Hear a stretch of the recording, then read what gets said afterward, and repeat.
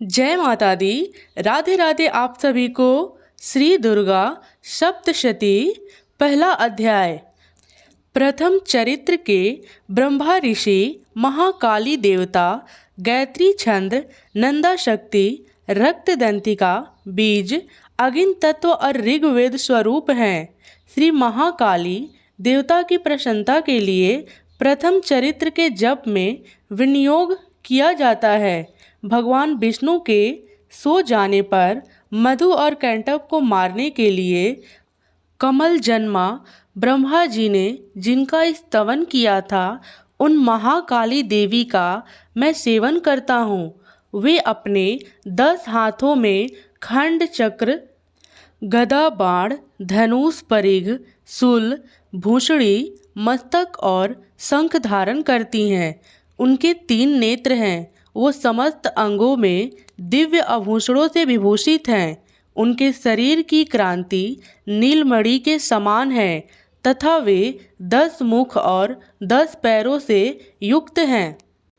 मार्कंडेय जी बोले, सूर्य के पुत्र सवर्णी के 8वें मुनि कहे जाते हैं। उनकी उत्पत्ति की कथा विस्तार पूर्वक कहता हूँ, सुनो। सूर्य कुमार महाभाग सवर्णी भगवती महामाया के अनुग्रह से जिस प्रकार मनवंतर के स्वामी हुए, वही प्रसंग सुनाता हूँ। पूर्व काल की बात है। स्वरोची मनवंतर में सूरथ नाम के एक राजा थे, जो चैत वंश में उत्पत्ति हुए थे। उनका समस्त भूमंडल पर अधिकार था। वे प्रजा को अपने ओर से पुत्रों की भांति धर्म पूर्वक पालन करते थे। तो भी उस समय कोलाविंदवंशी नाम के क्षत्रिय उनके शत्रु हो गए। राजा सूरथ की दंडी नीति बड़ी प्रबल थी। उनका शत्रुओं के साथ संग्राम हुआ था। यद्यपि कोलाविंदवंशी संख्या में कम थे, तो भी राजा सूरथ युद्ध में उनसे परास्त हो गए। तब वे युद्ध भूमि से अपने नगर को लौट आए और केवल अपने देश के राजा होकर रहने लगे। किंतु वहाँ भी उन प्रबल शत्रुओं ने उस समय महाभाग राजा सूरथ पर आक्रमण कर दिया। राजा का बल क्षीण हो चला था, इसलिए उनके दुष्ट, बलवान एवं दुरात्मा मंत्रियों ने वहां उनकी राजधानी में भी राजकीय सेना और खजाने को हथिया लिया था। सूरत का प्रभुत्व नष्ट हो चुका था, इसलिए वो शिकार खेलने के बहाने घोड़े पर सवार हो वहां से अकेले ही एक घने जंगल में चले गए। वहां उन्होंने फ्रीवर मेघा मुनि का आश्रम देखा, जहां कितने ही हिंसक जीव परम शांत भाव से रहते थे। मुनि के बहुत से शिष्य उस वन में शोभा बढ़ा रहे थे। वहां जाने पर मुनि ने उनका सत्कार किया और वे उन मुनि श्रेष्ठ के आश्रम में इधर उधर विचरते हुए कुछ काल तक रहे। फिर ममता के अकृष्टि चिंत होकर वहां इस प्रकार चिंता करने लगे, पूर्व काल में मेरे पूर्वज ने जिसका पालन किया था, वही नगर मुझसे रहित है। पता नहीं मेरे दुराचारी भृत्यगण उसकी धर्म पूर्वक रक्षा करते हैं या नहीं। जो सदा मंद की वर्षा करने वाला और शूरवीर था, वह मेरा प्रधान हाथी अब शत्रुओं के अधीन होकर ना जाने किन भोगों में भोगता होगा। जो लोग मेरी कृपा, धन और भोजन पाने से सदा मेरे पीछे पीछे चलते थे, वो निश्चय ही अब दूसरे राजाओं का अनुसरण करते होंगे। उन अपव्यापी लोगों के द्वारा सदा खर्चा होते रहने के कारण अत्यंत कष्ट से जमा किया हुआ मेरा वह खजाना खाली हो जाएगा। ये तथा और भी कई बातें राजा सूरथ निरंतर सोचते रहते थे।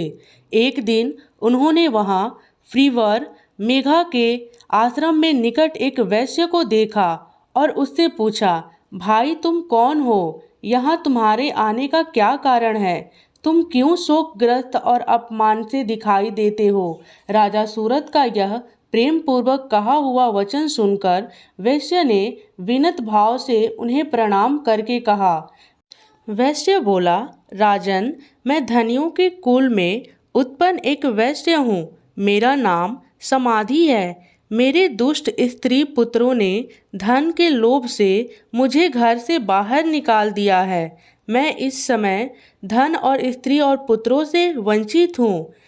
मेरे विश्वसनीय बंधुओं ने मेरा ही धन लेकर मुझे दूर कर दिया है, इसलिए दुखी होकर मैं वन में चला आया हूँ। यहाँ रहकर मैं इस बात को नहीं जानता कि मेरे पुत्रों की, स्त्री की और सज्जनों की कुशल है या नहीं। इस समय घर में वो कुशल से रहते हैं अथवा उनके कोई कष्ट है। वो मेरे पुत्र कैसे हैं?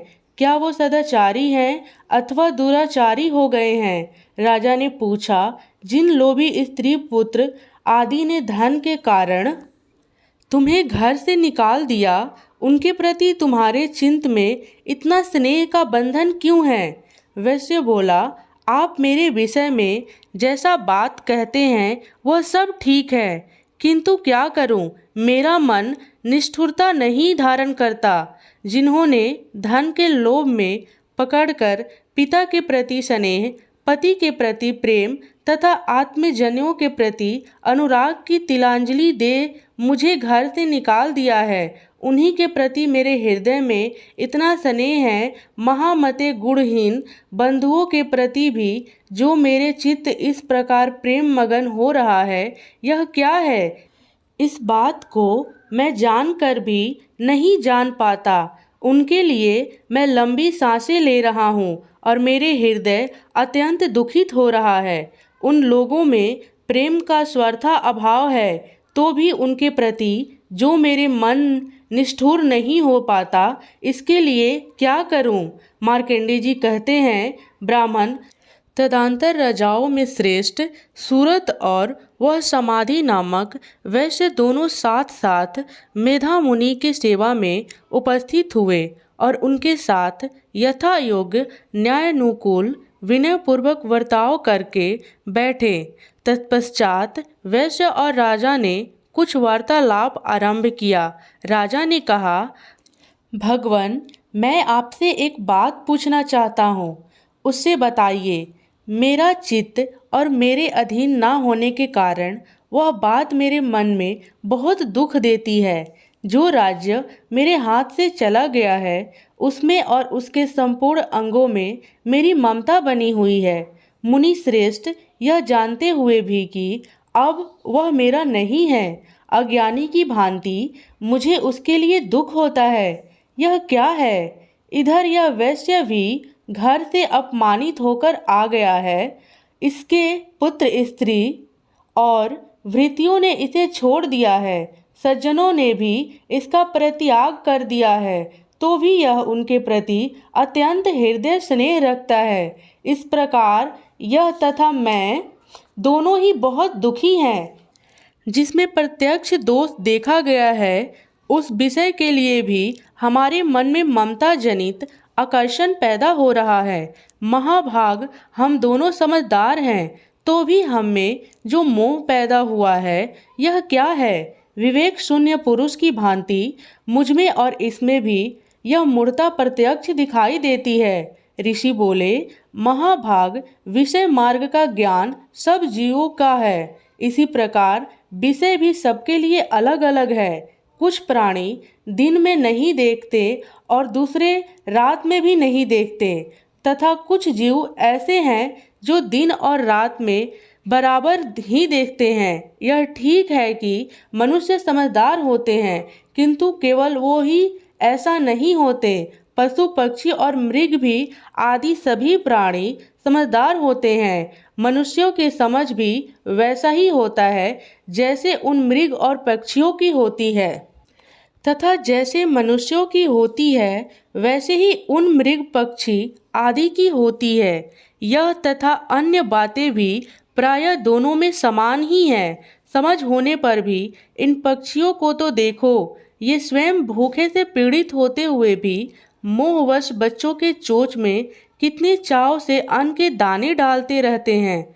नरश्रेष्ठ, क्या तुम नहीं देखते कि ये मनुष्य समझदार होते हुए भी लोभवश अपने किए हुए उपकार का बदला पाने के लिए पुत्रों की अभिलाषा करते हैं? यद्यपि उन सब में समझ की कमी नहीं है, तथापि वो संसार की स्थिति बनाए रखने के लिए भगवती महामाया के प्रभाव द्वारा ममतामय भंवर से युक्त मोह के गहरे गर्त में गिरे गए हैं। इसलिए इसमें आश्चर्य नहीं करना चाहिए। जगदीश भगवान विष्णु की योग निद्रा रूप जो भगवती महामाया हैं, उन्हीं से यह जगत मोहित हो रहा है। वे भगवती महामाया देवी ज्ञानियों के भी चित्त को बलपूर्वक खींचकर मोह में डाल देती हैं। वे ही इस संपूर्ण चराचर जगत की सृष्टि करती हैं तथा वे ही प्रसन्न होने पर मनुष्य को मुक्ति के लिए वरदान देती हैं। वे ही पराविद्या, संसार बंधन और मोक्ष हेतु भूता सनातनी देवी तथा संपूर्ण ईश्वरों की भी अधीश्वरी हैं। राजा ने पूछा, भगवान, जिन्हें आप महामाया कहते हैं, वे देवी कौन हैं? ब्राह्मण, उनका अभिभाव कैसे हुआ है तथा उनके चरित्र कौन कौन हैं? ब्रह्मावेताओं में श्रेष्ठ महर्षि उन देवी के जैसा प्रभाव हो, जैसा स्वरूप हो और जिस प्रकार प्रादुर्भाव हुआ हो, वह सब मैं आपके मुख से सुनना चाहता हूँ। ऋषि बोले, राजन, वास्तव में तो वह देवी नित्य स्वरूपा ही हैं। संपूर्ण जगत उन्हीं का रूप है तथा उन्हें समस्त विश्व को व्याप्त कर रखा है तथा तद्यापि उनका प्रकट उनके प्रकार से होता है। वह मुझसे सुनो, यद्यपि वह नित्य और अजन्मा है, तथापि यह देवताओं का कार्य सिद्ध करने के लिए प्रकट होती हैं। उस समय लोक में उत्पन्न हुई कहलाती हैं। कल्प के अंत में जब संपूर्ण जगत एकार वर्ण में निमग्न हो रहा था और सबके प्रभु भगवान विष्णु शेष नाग की शैया बिछाकर योग निद्रा के आश्रय लेकर सो रहे थे, उस समय उनके कानों के मैल से दो भयंकर असुर उत्पन्न हुए जो मधु और कैंटव के नाम से विख्यात थे। वो दोनों ब्रह्मा जी का वध करने का तैयार हो गए। भगवान विष्णु के नाभि कमल में विराजमान प्रजापति ब्रह्मा जी ने जब उन दोनों भयंकर असुरों को अपने पास आया और भगवान को सोया हुआ देखा, तब एकाग्रचित्त होकर उन्होंने भगवान विष्णु को जगाने के लिए उनके नेत्रों में निवास करने वाली योग निद्रा का स्तवन आरंभ किया, जो इस विश्व की अधीश्वरी, जगत की धारण करने वाली, संसार का पालन और संहार करने वाली तथा तेज व स्वरूप भगवान विष्णु की अनुपम शक्ति हैं। उन्हीं भगवती निद्रा देवी की भगवान ब्रह्मा स्तुति करने लगे। ब्रह्मा जी ने कहा, देवी, तुम स्वहा, तुम ही स्वधा और तुम ही वष्टकार हो। स्वर भी तुम्हारी ही स्वरूप है। तुम ही जीवन दायिनी सुधा हो। नित्य अक्षर प्रणव में आकार, उकार, मकार इन तीन मात्राओं में रूप में तुम ही स्थिति हो।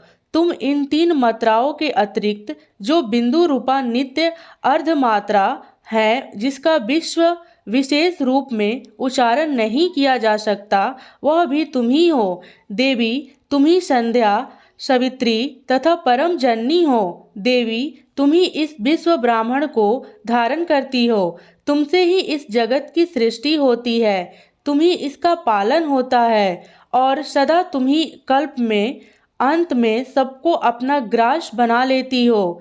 जगन जन्मयी देवी, इस जगत की उत्पत्ति के समय तुम सृष्टि रूपा हो, पालन काल में स्थिति रूपा हो तथा कल्पांत के समय संहार रूपा धारण करने वाली हो। तुम महाविद्या, महामाया, महामेघा, महास्मृता, महामोह रूपा, महादेवी और महासुरी हो। तुम ही तीनों गुणों की उत्पन्न करने वाली सबकी प्रकृति हो। भयंकर काल रात्रि, महारात्रि और मोह रात्रि भी तुम ही हो। तुम ही श्री, तुम ही ईश्वरी, तुम ही बोध स्वरूपा बुद्धि हो। लज्जा, पुष्टि, तुष्टि, शांति और क्षमा भी तुम ही हो। तुम खंड धारणी, शूल धारणी, घोर रूपा तथा गदा, चक्र, शंख और धनुष धारण करने वाली हो। बाण, भूषणी और परिघ ये भी तुम्हारे अस्त्र हैं। तुम सौम्य और समांतर हो। इतना ही नहीं, जितने भी सौम्य एवं सुंदर पदार्थ हैं उन सब की अपेक्षा तुम अत्यधिक सुंदर हो। पर और अपर सबसे परे रहने वाली परमेश्वरी तुम ही हो, सर्वस्वरूपे देवी। कहीं भी सत्य असत्य रूप में जो कुछ वस्तु हैं और उन सब की जो शक्ति है वह तुम ही हो। ऐसी अवस्था में तुम्हारी स्तुति क्या हो सकती है? जो इस जगत की सृष्टि, पालन और संहार करते हैं उन भगवान को भी जब तुमने निद्रा के अधीन कर दिया है, तब तुम्हारी स्तुति करने में यहाँ कौन समर्थ हो सकता है? मुझको, भगवान शंकर को तथा भगवान विष्णु को भी तुमने ही शरीर धारण कराया है, अतः तुम्हारी स्तुति करने की शक्ति किसमें है? देवी, तुम तो अपने इन उदार प्रभावों से ही प्रशंसित हो। ये जो दोनों दुर्ग असुर मधु और कैंटव हैं, इनके मुंह में डाल दो और जगदीश भगवान विष्णु को शीघ्र ही जगा दो। साथ ही इनके भीतर इन दोनों महान असुरों को मार डालने की बुद्धि उत्पन्न कर दो। ऋषि कहते हैं, राजन, जब ब्रह्मा जी ने वहाँ मधु और कैंटव को मारने के उद्देश्य से भगवान विष्णु को जगाने के लिए तमोगुण की अधिष्ठात्री देवी योग निद्रा की इस प्रकार स्तुति की, तब वो भगवान के नेत्र, मुख, नासिका, बाहु, हृदय और वक्ष स्थल से निकलकर अव्यक्त जन्मा ब्रह्मा जी की दृष्टि के समक्ष खड़ी हो गईं। योग निद्रा से मुक्त होने पर जगत के स्वामी भगवान जनार्दन उस एकावर्ण के जल से शेषनाग की सैया से जग उठे। फिर उन्होंने उन दोनों असुरों को देखा। वो दुरात्मा मधु और कैंटव अत्यंत बलवान तथा पराक्रमी थे और क्रोध से लाल आंखें किए ब्रह्मा जी को खा जाने के लिए उद्योग कर रहे थे। तब भगवान श्री हरि ने उठकर उन दोनों के साथ 5000 वर्ष तक केवल बाहु युद्ध किया। वो दोनों ही अत्यंत बल के कारण उन्मत्त हो रहे थे। इधर महामाया ने उन्हें मोह में डाल रखा था, इसलिए वे भगवान विष्णु से कहने लगे, हम तुम्हारी वीरता से संतुष्ट हैं, तुम हम लोगों से क्या वर मांगोगे? श्री भगवान बोले, यदि तुम दोनों मुझ पर प्रसन्न हो तो अब मेरे हाथों से मारे जाओ। बस इतना सा ही मैंने वर मांगा है, यहाँ दूसरे किसी वर की क्या लेना है? ऋषि कहते हैं, इस प्रकार धोखे में आ जाने पर जब उन्होंने संपूर्ण जगत में जल ही जल देखा, तब कमल नयन भगवान से कहा, जहाँ पृथ्वी जल में डूबी हुई न हो, जहाँ सूखा स्थान हो, वहीं हमारा वध करो। ऋषि कहते हैं, तब तथास्तु कहकर शंख, चक्र और गदा धारण करने वाले भगवान ने उन दोनों के मस्तक अपनी जांघ पर रखकर चक्र से काट डाले। इस प्रकार से ये देवी महामाया ब्रह्मा जी की स्तुति करने पर स्वयं प्रकट हुई। अब पुनः तुमसे उनकी प्रभाव का वर्णन करता हूँ, सुनो। इस प्रकार श्री मार्कंडेय पुराण में सार्वणिक मनवंतर की कथा के अंतर्गत देव महात्म्य में मधु कैंटव वध नामक पहला अध्याय पूरा हुआ। धन्यवाद। जय माता दी। राधे राधे।